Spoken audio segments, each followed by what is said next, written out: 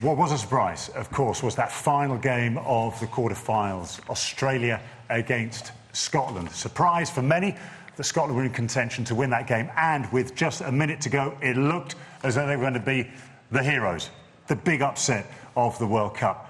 But we all know what happened. They were leading 34-32. A penalty is given. Craig Joubert decides the penalty goes in the favour of Australia. Up steps Bernard Foley, kicks the penalty. Australia win at the death. Everyone has their opinions of what happened, why it happened, what should have happened. Everyone has their ideas of what the referee should have done. Should he have gone to the TMO? What are the protocols? Well, interestingly and helpfully, World Rugby have stepped forward, and this is what they've said. Yeah, it's interesting that they come out with a statement on this, but what they have said, on review of all the available angles, it's clear that after the knock-on, the ball was touched. This is the key bit. The ball was touched by Australia's Nick Phipps, and Law 11.3, Oz, you know that one, of course, states that a player can be put onside by an opponent who intentionally plays the ball. That's the key bit here. In this case, Law 11.3 should have been applied, putting Welsh onside, putting Welsh onside, the Scottish player onside, of course. The appropriate decision, therefore, should have been a scrum to Australia for the original knock-on. Now, they've kind of put him away a bit there, haven't they? You know, there's no doubt about where they stand on this. They have done, and then because there was outcry, absolute outcry over this one. Well, that's what the words say. Let's have a look at it in practice. Ben, you've got some guys to help you on that one. Well, I have. I've got our two demo teams, and we're going to try and talk through in slow motion what exactly happened and try and explain how the referee made a mistake, such a big mistake at the end of the game. First thing that went wrong for Scotland, they threw to the back of the line out. They went up high, but unfortunately not quite high enough, and the ball bobbled off the back of the line out. It bounced down towards the Scotland side. Now, two players went for that ball. First of all, you had Hardy, who was stood towards the back of the line out. He raced back towards it, and Holmes, the reserve prop, had come on. He raced for it, knew he wasn't going to get there, so he hits Hardy, and the ball bobbles over the top. While all that's going on, you had Strauss, who'd come from the Scotland back line out of play. He'd come round to try and block the Australia players getting to his man, and it's Phipps and him that are the next in line when the ball bobbles off and comes here. Now, from the angle that Joubert was, they had all the players coming from the back of the line out, so I think the Scotland players actually blocked him a little bit. And let's be fair to a referee, we've all seen slow motion replays. They don't get the benefit of it unless they can use the TMO. But as they've gone to compete for the ball, it's actually hit the Scottish man on the shoulder as Phipps has got his arm in there, and it's definitely Phipps' hand that pulls it back towards the opposition, and he's definitely played the ball. Had it just hit Phipps and gone back, the Scotland players who picked the ball up would have been in an offside position, but he's definitely made a play for the ball. So, as was said in the statement, it should have been a knock-on against Scotland and a scrum to Australia. Where the penalty comes, though, is the first man, Denton, makes a move towards the ball, but he can't get there.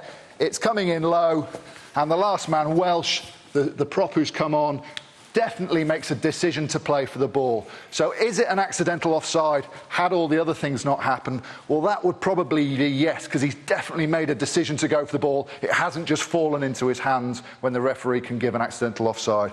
So had the ball initially not been played by Phipps, then absolutely that would have been the right decision. The referee looks up at the big screen. His first angle is from this side, which actually makes it look as though it comes off, sorry, the other side, which actually makes it look like it comes off the Scotland player's shoulder, Strauss's shoulder. But we saw with the second replay, and so did he, him look up at the screen and realise that it's actually Phipps that played the ball. He couldn't use the TMO because of protocols. I just wonder, had Nigel Owens been refereeing, would he have said, sod the protocols, I want to get this right, and would have anyone ever have complained? So the referee got it spot on, to be honest, because with what he saw, he made the right decision not to use the TMO and go with his gut instinct. But unfortunately, we all know it was a drastic mistake that cost Scotland the World Cup. That's the truth of it, really. I mean, it could have cost them the game. I think a lot of the players and former players out there have a problem with the fact that the referee ran off the pitch without shaking hands. The etiquette they had an issue with, and maybe he kind of knew he had made a mistake, Bayfield. Well, yeah, I mean, this is the problem. But, Austin, what it does highlight is maybe they need to look at the protocols. They need to look at the whole process here. And in such a crucial game, do they say you can use the TMO for any decision which you think is such a significant decision it could seriously affect the outcome of a game? I think you've got to give the TMO to the referee. The referee has to be in complete control of it. And interestingly enough, actually, it highlights how good our referees are here in the UK, because we use the TMO a lot better, a lot quicker. We make far fewer mistakes than we've seen during the World Cup. So I think we have to give our referees credit, because they've had lots of practice. They've got their protocols in place here. Obviously, at the World Cup, we've seen massive issues with the TMO, how long it's been taking and how it's delivered. But also, you know, in respecting the referee as well, in hindsight, it's an easy decision to make. That was a real instantaneous thing that happened. It happened 3 or 4 things, as you've just explained, Ben, happened really, really quickly. And he's got to make a decision. And then it's up to him, and that autonomy rests with the referee. And unfortunately, it cost Scotland. I genuinely feel for him a bit, because all the ex-players and everyone's calling for him never to referee an international game again. And I know some of that's about his reaction of running off the field, and only he knows why he did that.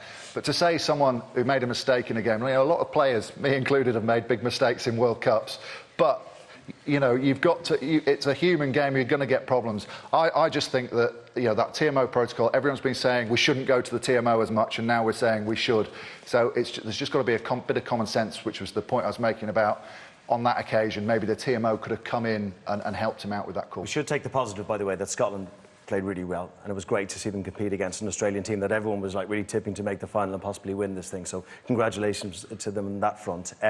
Not such a good performance from Ireland, and you know, a lot of Irish people really felt it was an opportunity for Ireland to go all the way, certainly semi-final, if not final. This is the headline from this morning's Irish Times in Ireland, and it's the crowd in Dublin watching the game on a big screen, and they're absolutely broken-hearted, because these opportunities don't come along very, very often for a small island, but it was so utterly disappointing. But on the other side of the coin, Argentina were fantastic, Ben. When they lined up for the national anthem, I thought they were going to be awful, Argentina, because every single player, they couldn't have seen. They had that many tears in their eyes. They were completely, in my opinion, overboiled, and they were going to come out and give away a load of penalties, make a lot of mistakes. But just the most complete 20 minutes performance you could have seen. From an Irish perspective, without a doubt, you know, we talk about all Wales's injuries and how that's affected them. Ireland's 4 injuries to their key leaders, 3 injuries and a suspension to their key leaders were big. I don't think Paul O'Connell's loss was massive. I think the depth of cover that's come in. But the 2 players that were huge were Sexton and his game control, his ability to kick accurately and pin an opposition down, and Madigan just didn't have that. But more importantly, the self-inflicted one, Sean O'Brien, because you looked at half-time and the Argentinian back row had made nearly 100 metres and the Irish back row had made about 15, and they just didn't have that ball-carrying presence and that aggression at the breakdown, which they lost with O'Mahony and O'Brien. And I think as well, you've seen the benefit of them now playing regularly in the Championship. The level of their game is far more rounded. We talk about the injuries for Ireland, the injuries for Wales. They were the stuff of legend through this World Cup. After the game, they said no, it had nothing to do with the injuries, but surely it had to in losing to South Africa. I think you just got a sense, didn't you, in the last 15 minutes that South Africans' power really drove them forward. They were making yard after yard, phase after phase, and Wales just couldn't hang on. Physically, they didn't have anything left in the tank.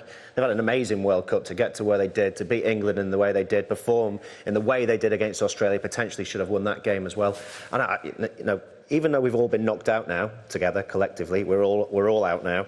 I'd like to point out everyone's out. We went first. Yeah, we went first. I think that, you know, a lot of the sides can take a lot from it. In fact, Wales, Scotland and Ireland can take a lot more than England can, and that will be of benefit to them when we come to the Six Nations. What can they take from it? Well, I think that everybody's learnt a bit of a blueprint about how to play. We've seemed to have gone back to this power game. We think this Northern Hemisphere, you can attritionally wear sides down. And Argentina were case in point. They were quick, they were accurate, they used width. And that's the one thing that's been missing from Northern Hemisphere rugby is controlled width on the game. And we see it from Australia, from New Zealand, less so from South Africa, but we see it from Argentina. I think Northern Hemisphere teams do try and play wide. Where these teams have come on is the forwards who are running those short lines are a real threat, so it's got to hold the defence. And that's the real difference. I think you looked at New Zealand in their game against France. The way those forwards ran hard lines, held the defenders, just made so much space out wide for their talent. It's undoubted that we've got the talent in the Northern Hemisphere to be able to match that. We just need to be working and running sensible lines all the through again. I want to talk about that French game because, you know, the Irish and the Welsh can look at injuries and the Scots can look at a refereeing decision. The French were just pants. they're awful. And at a quarter-final stage, to be beaten by that number of points... Pantalons. Is it Pantalons? Wait. Well, that's disgraceful. That's disgraceful for a team to put that many points on you in a quarter-final. Look, I think the French problem started with their selection, very similar to England, actually. I think that Saint-Andre picked a side that was past it in many... Michelet playing at 10. Michelet used to be a fantastic rugby player. He's not a fantastic rugby player now. He's past his best. And we saw that throughout the whole tournament with him.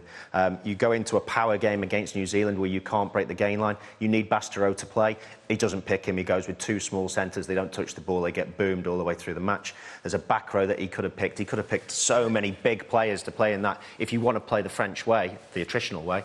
But they just didn't select the right team. They didn't have a game plan as well. The players were getting the ball and you could almost sense they're going, right, well, there's no one on, I'll carry it. There was no game plan at all.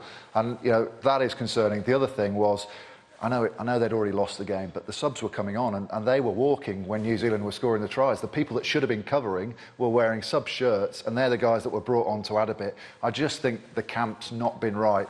And is it going to get any better with Guy Noves? Well, we'll have to see, but it's certainly not a forward-thinking, you know, young up-and-coming coach. So it'd be very interesting how... Yeah, how does it, 20, 25 years of Toulouse and then into the French... It's a very odd one.